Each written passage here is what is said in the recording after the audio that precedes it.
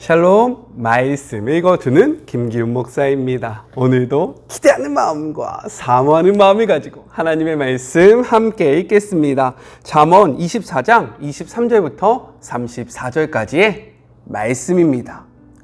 불의에 동의하는 것은 잘못된 일, 대단히 잘못된 일이다. 악인의 죄를 덮어주는 자는 역사책에서 냉정한 평가를 받지만 악인의 죄를 폭로하는 이는 감사의 인사와 보상을 받는다. 정직한 답변은 따스한 포옹 같다. 먼저 밭에 씨를 뿌리고 그 다음에 곡간을 지어라. 이웃의 등 뒤에서 그 사람 이야기를 하지 마라. 부디 비방과 험담을 그쳐라. 내가 내게 한 대로 갚아주마. 내 놈이 한 일에 대가를 치르게 해주마 하고 말하지 마라. 어느 날 늦은 게으름뱅이의 밭과 어느 얼간이의 포도밭을 지나치며 보니 잡초는 웃자랐고 엉겅퀴가 무성하며 울타리는 모조리 부서져 있었다. 나는 그 모습을 오랫동안 쳐다보면서 내가 본 것에 대해 생각했다. 밭이 내게 설교를 하고 있었고 나는 귀를 기울였다. 여기서도 자고 저기서도 자자. 여기서도 하루 쉬고 저기서도 하루 쉬자. 편히 앉아 느긋하게 쉬자 하면 무슨 일이 닥치는 줄 아느냐.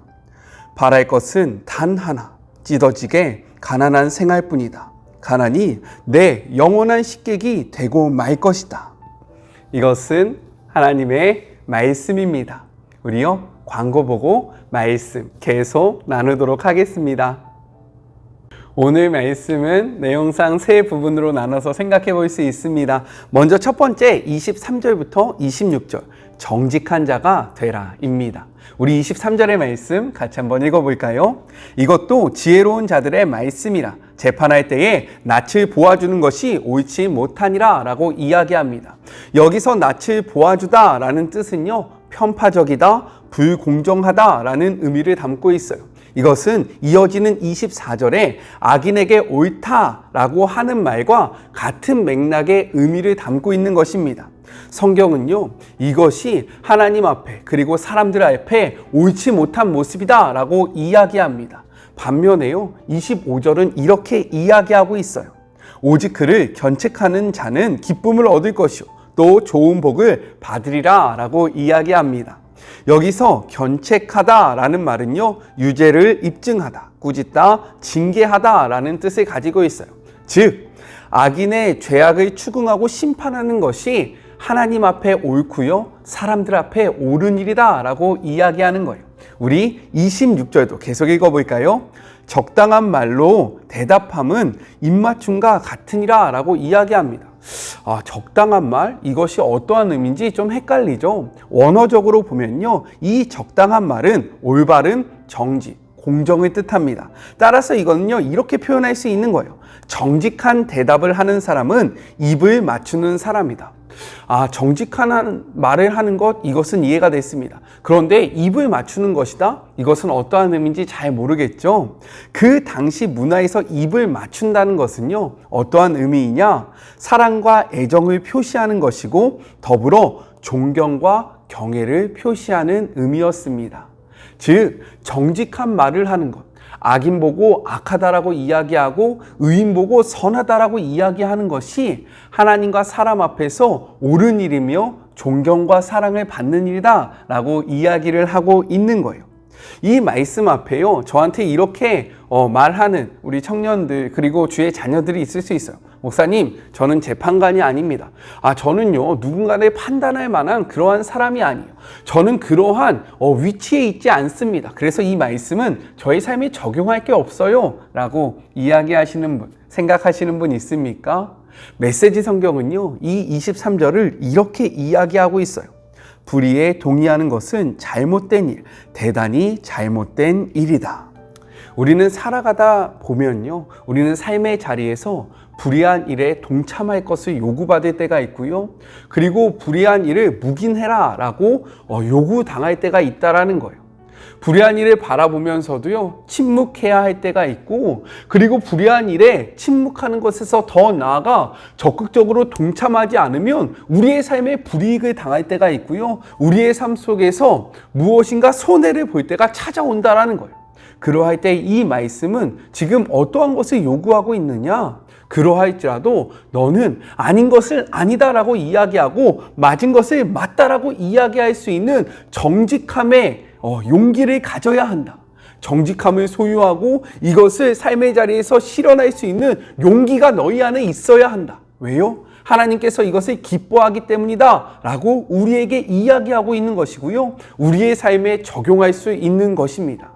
모두가 아니라고 할 때 네 라고 이야기하는 것을 이야기하는 것이 아니고요, 모두가 맞다라고 이야기할 때 아니다 라고 이야기하는 것을 요구하는 것이 아니라 하나님 앞에 이 일이 옳은 일인가 옳지 않는 일인가를 바르게 판단하고 바르게 선포하는 것, 낯을 보아주다. 이것은 대면식이 있는 사람, 특별히 아는 사람들의 그러한 이익을 챙겨주는 것, 눈 넘어가는 것을 이야기하는 겁니다.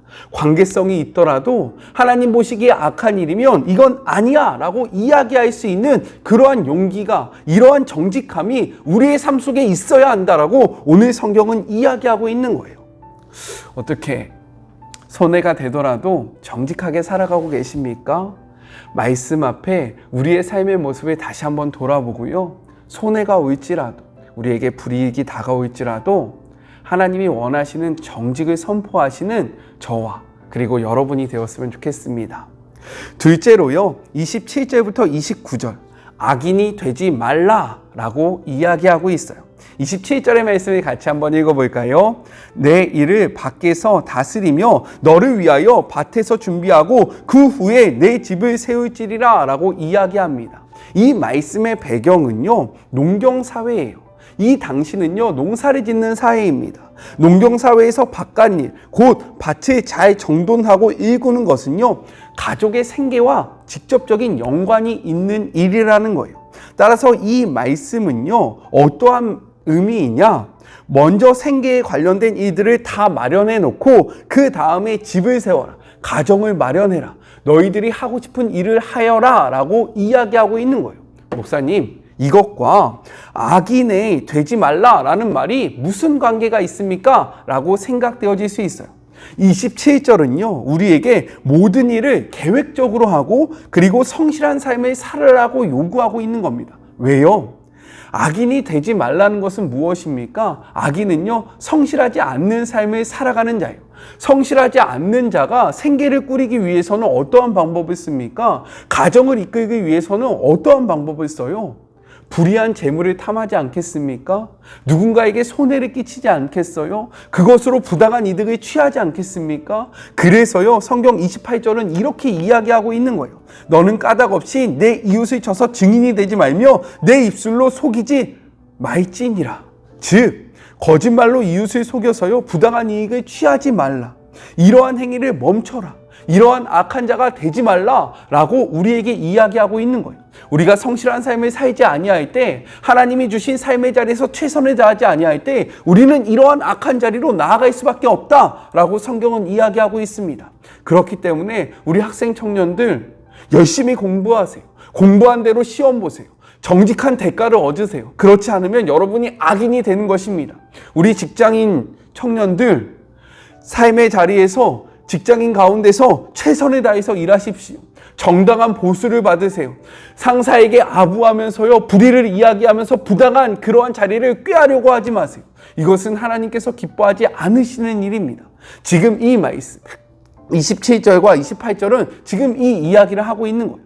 그리고 29절은요, 또 다른 악인에 대해서 이야기를 하고 있습니다. 우리 29절의 말씀을 같이 한번 읽어볼까요? 너는 그가 내게 행한과 같이 나도 그에게 행하여 그가 행한 대로 그 사람에게 갚겠다 말하지 말지니라 라고 이야기합니다. 이 말은 무엇이냐? 악을 악으로 갚지 말라는 거예요.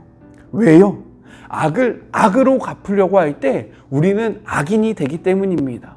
악을 갚기 위해서 악인이 되지 말라라고 우리에게 권면하고 있는 거예요. 그렇다면 우리는 어떻게 해야 할까? 성경은요, 이렇게 이야기합니다. 로마서 12장 21절의 말씀이에요. 악에게 지지 말고 선으로 악을 이겨라. 악에게 지지 말래요. 악을 악으로 갚지 말고요. 선으로 악을 이겨라 라고 이야기합니다. 저는요, 이 말씀의 의미가 무엇인지 정말로 깊이 고민했습니다. 어떻게 하면 선으로 악을 이길 수 있을까? 수많이 노력했고요. 그치만 그때마다 저는 철저하게 패배했어요. 왜요? 저는 이 선을 제 안의 착함으로 이해했기 때문입니다. 성경에서 말하고 있는 선은요, 우리 안에 착한 행실을 이야기하는 것이 아니에요. 성경이 말하는 선은 무엇이냐? 예수 그리스도를 의미하는 겁니다. 즉, 이 말씀은 어떠한 의미냐? 예수 그리스도의 능력으로 이 악함을 대적하라는 거예요. 우리의 노력이 아니라, 우리의 힘이 아니라, 우리의 선함으로 그 악을 대적하는 것이 아니라 하나님의 능력으로, 예수 그리스도의 이름으로 그 악과 싸울 때 우리가 승리할 수 있다라고 우리에게 권면하는 거예요. 저는 이것을 몰라서요, 제 안에 착함으로 그 악을 이기려고 할 때 제 안에 악이 쌓이고요, 제 안에 선으로 그들에게 다가갈 때 수없이 패배할 수밖에 없었습니다. 그렇기 위해서, 우리 패배하지 않기 위해서 우리 안에 선이 아니라 그분의 선을 바라봐야 한다는 것을 꼭 기억하셨으면 좋겠어요. 성경은요, 이렇게 이야기합니다. 로마서 12장 29절의 말씀이에요. 내 사랑하는 자들아, 너희가 친히 원수를 갚지 말고 하나님의 진노하심에 맡기라. 기록되었으되 원수 갚는 것이 내게 있으니 내가 갚으리라. 주께서 말씀하시느니라. 성경이 이야기하고 있는 거예요. 너희가 하는 것이 아니라 하나님이 하시는 것이다. 악은 너희가 갚는 것이 아니라, 왜요? 그렇게 악을 갚으려고 할 때 너희가 악할 것을, 너희가 악인이 될 것을 내가 두렵다. 그렇기 때문에 완전한 선인 하나님께 이 모든 것을 맡기라 라고 권면하고 있습니다. 우리요, 선으로 악을 이기는 그런 복된 하루가 되었으면 좋겠습니다. 마지막 세 번째, 30절부터 34절, 게으른 자가 되지 말라라고 권면하고 있어요. 성경이 이야기합니다. 어떠한 지혜자가요, 미련한 자, 지혜가 없는 자의 밭을 보고요, 지혜를 깨달았다라고 이야기합니다. 그것이 무엇입니까? 바로 성경은 이렇게 이야기하고 있어요. 33절, 내가 좀 더 자자, 좀 더 졸자, 손을 모으고 좀 더 누워있자 하니. 그가 깨달은 것이 무엇이냐? 게으름은 어떻게 찾아올까요? 성경에서 말하는 게으름은요, 지혜가 없는 자를 의미합니다. 이것은 잠언에서 자주 나오는 주제예요. 그런데 이 게으름이 어떻게 찾아오냐면, 우리가 함께 읽었던 33절의 말씀을 보면 우리가 이 해답을 찾을 수 있습니다. 반복적으로 나오는 말이 있어요. 무엇이냐? 좀 더라는 말입니다. 이 좀 더라는 말은요, 원어적으로 자금, 잠시 동안을 의미하는 정말로 아무것도 아닌 것을 말하고 있는 거예요. 조금의 잠, 조금의 졸음, 조금의 누움이 우리를 게으르게 한다라고, 그러나 성경은 이야기하고 있는 거예요. 우리가 아무것도 아니라고 생각하는 이것, 하지만 이것으로 인해서 우리의 삶이 달라진다라고 성경은 우리에게 경고의 말씀을 주고 있는 것입니다. 우리는요, 요 정도는 괜찮지. 목사님, 이거는 아무것도 아니에요. 저 사람에 비해서 이것은요, 진짜 아무것도 아니라니까요 라고 이야기할 때가 있습니다. 하지만요, 성경은요, 이렇게 이야기해요. 누가복음 16장 10절의 말씀입니다. 지극히 작은 것에 충성하는 자는 큰 것에도 충성하고, 지극히 작은 것에 불의한 자는 큰 것에도 불의하느니라. 하나님은요, 작은 것을 어떻게 대하는지를 주목하여 보고 계시고요, 그 모습을 통하여 우리의 삶을 평가하신다라고 이야기하고 있는 거예요. 또요, 이렇게 말씀하십니다. 마태복음 5장 19절 전반부의 말씀입니다. 그러므로 누구든지 이 계명이 지극히 작은 것 하나라도 버리고 또 그같이 사람을 가르치는 자는 천국에서 지극히 작다 일컬음을 받을 것이요. 이 말씀 앞에 우리가 놓치고 있는 작은 것이 무엇인지를 생각하시고, 이 작은 삶의 모습을 말씀 앞에 바꾸시는 하루가 되었으면 좋겠습니다. 게으름은요, 큰 것에서 찾아오는 것이 아니라 이러한 작은 삶의 모습에서 우리에게 찾아오기 때문인 거예요. 우리 같이 기도할까요? 하나님, 감사합니다. 오늘도 말씀을 통해서 우리가 생각해야 하고 나아가야 하는 삶의 방법에 대해서 정말로 다시 한번 멈춰서 생각하게 되었습니다. 주님, 이 말씀을 기억하며 우리의 삶에 적용하는 하루가 되게 하여 주시옵소서. 우리의 삶에 불의가 떠나가는 삶이 되게 하여 주시옵소서. 우리가 악을 갚지 아니하게 하여 주시옵소서. 또한 우리의 삶 속에 작은 부분을 놓치지 아니하는 우리 사랑하는 주의 모든 자녀들이 되게 하여 주시옵소서. 그리하여 하나님 앞에 귀하게 사용받는, 하나님 앞에 의롭다 칭함을 받는 저와 우리 사랑하는 참 좋은 청년들과 주의 모든 자녀들이 되게 하여 주시옵소서. 함께 하실 주님을 기대하며 거룩하신 예수님의 이름으로 기도드립니다. 아멘. 말씀을 기억하시면서 우리의 삶을 돌아보는 복된 하루가 되었으면 좋겠습니다. 저는요, 또 내일 만나도록 할게요. 사랑하고 주님의 이름으로 축복하면서 오늘 하루도 힘내세요. 우리 내일 만나요. 안녕. 오늘도 수고하셨습니다.